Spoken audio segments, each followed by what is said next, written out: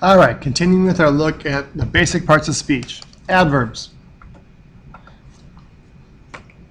From before, we know that modifiers are words that give information about or modify the meanings of other words.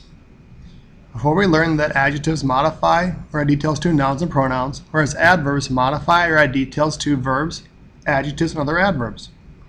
Adverbs are often formed by adding ly to adjectives.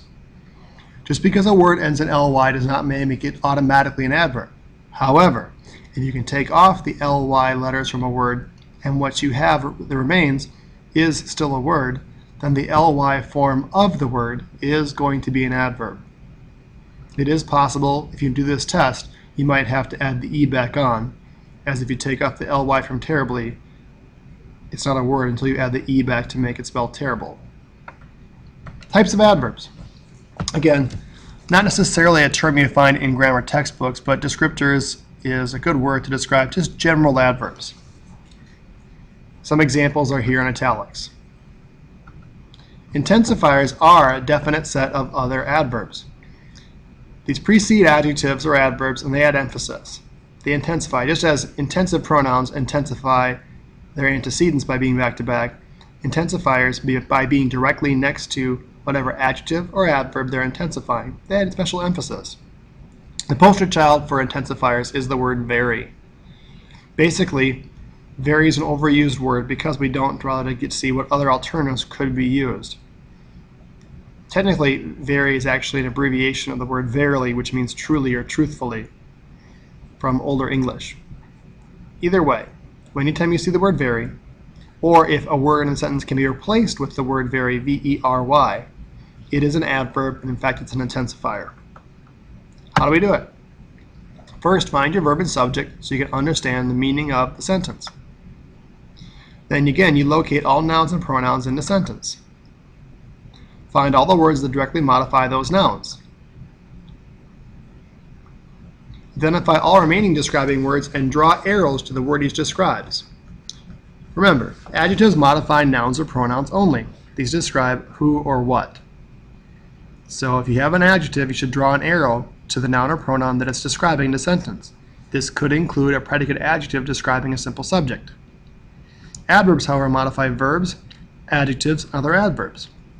One of the perks of already having identified the verb by circling it, if any words are describing or explaining the verb by saying how often, for example, something happens, such as adding the word every day to a word like walked, because it's describing the verb or adding detail to the verb, you draw an arrow to it, and you know it's going to be an adverb if it's describing the verb. If you've already identified something as an adjective, and you draw an arrow to that because it's very quietly, very quick, very red, then that word, since you're already describing an adjective, that makes that word an adverb. Very slowly, very again is going to be describing another word. Slowly is going to be describing perhaps how someone walked. And that, because it's describing the verb, slowly would be an adverb. Very is intensifying that adverb, and so very is going to be an adverb as well. Note, you might find it prudent or easier to simply perform step 4, if you're able to do so.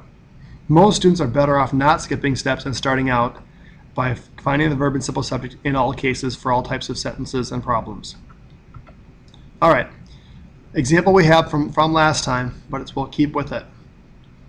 Awkward comments can creep cautiously into even comfortable conversations. Please note, I did add 2 words in there to get some adverbs into the sentence. So we already know that cautiously is probably going to be an adverb because it's ly. We can take off ly and we have the word cautious. That's an adverb. So what's it describing? Well, it's describing the verb can creep. So that's going to make it an adverb. Even, well, we're not sure. So the question is, if it's not describing, we're not sure if it's describing into or describing conversations, replace it with the word very. Into very comfortable conversations. Yes, we've changed the meaning, but grammatically it's the same thing because it's the same part of speech. Even does the same job as very, therefore it's an intensifier, and even is going to be considered an adverb. Keep with the practice. Keep checking. Ask questions like crazy. If you don't get it, stay with it. Don't do all the exercises if you're unsure. Do a few, get feedback, and then try some more. Good hunting.